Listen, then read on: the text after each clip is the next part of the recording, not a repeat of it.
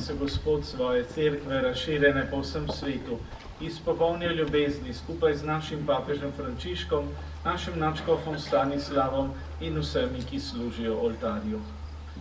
Spomni se Gospod naših bratov in sester, posebej tistih, ki so jih pomorili v teh vojnah, pa tudi danes v Ukrajini, in so zaspali v upanju na vstajanje, in vseh ljudi, ki so umrli v tvoji milosti, ter jim daj, da bodo gledali tvoje obličje. Prosimo te, usmili se nas vseh, da bomo v večnem življenju skupaj z Božjo Materjo Devico Marijo, svetim Jožefom, z apostoli in vsemi svetimi, ki so živeli v tvoji ljubezni, in te bomo hvalili in slavili po tvojem Sinu, Jezusu Kristusu.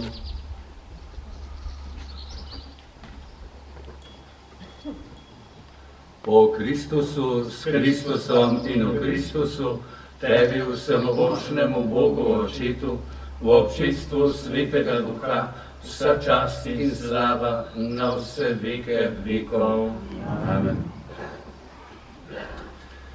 Delajmo, sestre in bratje, da bomo vredni Božjega blagoslova.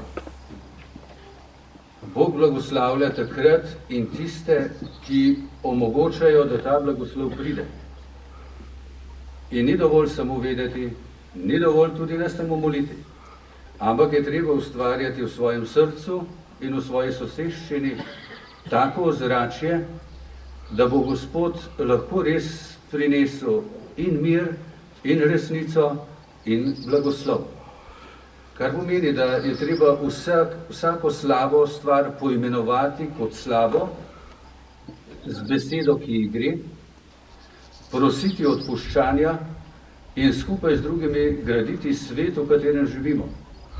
In seveda spoštljivo priznati prizadevanje vseh naših pokojnih prednikov, ne glede na vse. Sam bi si res želel, da bi bilo tako nekoč, pa če sem malo iskren, ne v spomeniku revoluciji, nekoč spomnik slovenstvu, v katerem bi bila telesa, govorim tudi telesa, zato ker kosti so del teles, so torej telesa. Enega padli v vojni za Slovenijo, enega padlega partizana, enega padlega domobranca in bi tako lahko res gradili skupno prihodnost naprej. In se ne bi vračali nazaj za nobeno ceno, ne v mislih, ne v besedah in ne v dejanjih. Oče naš, ki si v nebesih, posvečeno bodi tvoje ime, pridi k nam tvoje kraljestvo, zgodi se tvoja volja, kakor v nebesih, tako na zemlji. Daj nam danes naš vsakdanji kruh in odpusti nam naše dolge, kakor tudi mi odpuščamo svojim dolžnikom, in ne vpelji nas v skušnjavo, temveč reši nas hudega. Reši nas vsega hudega, vsemogočni Oče, podari nam mir v naših dneh. Usmiljeno pomagaj, da bomo prosti greha, da bomo v tvoji moči premagovali nemir in skušnjave, ko polni trdnega upanja pričakujemo prihod našega odrešenika, Jezusa Kristusa. Tvoje je kraljestvo, tvoja je oblast in slava vekomaj. Gospod Jezus Kristus, pošiljaš nam Svetega Duha, ki svetu prinaša ljubezen in mir.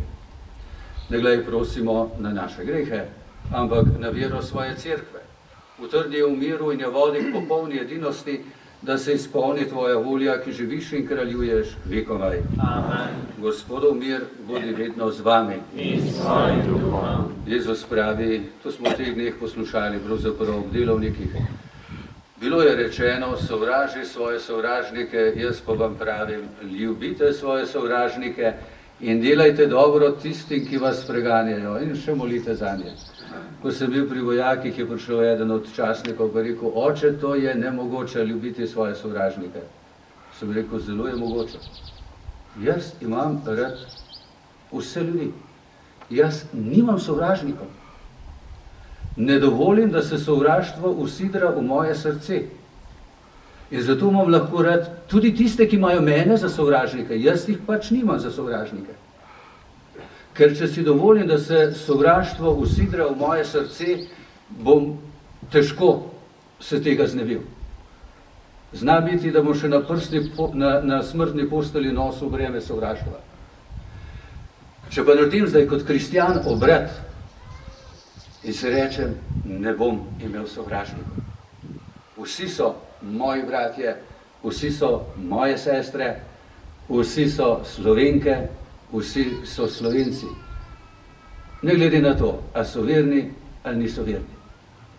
Takrat pa lahko ljubim svoje sovražnike, ker jih nimam. In Bog nas na preprosti način, sem vam ga dovolj jasno razložil, povedal, kako lahko začnemo delati zgodbo o prihodnosti našega življenja in ustvarjati območje Božjega blagoslova.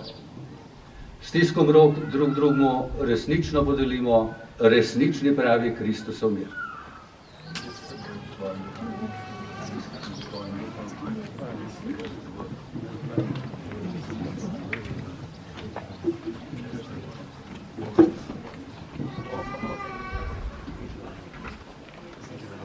Nie znam.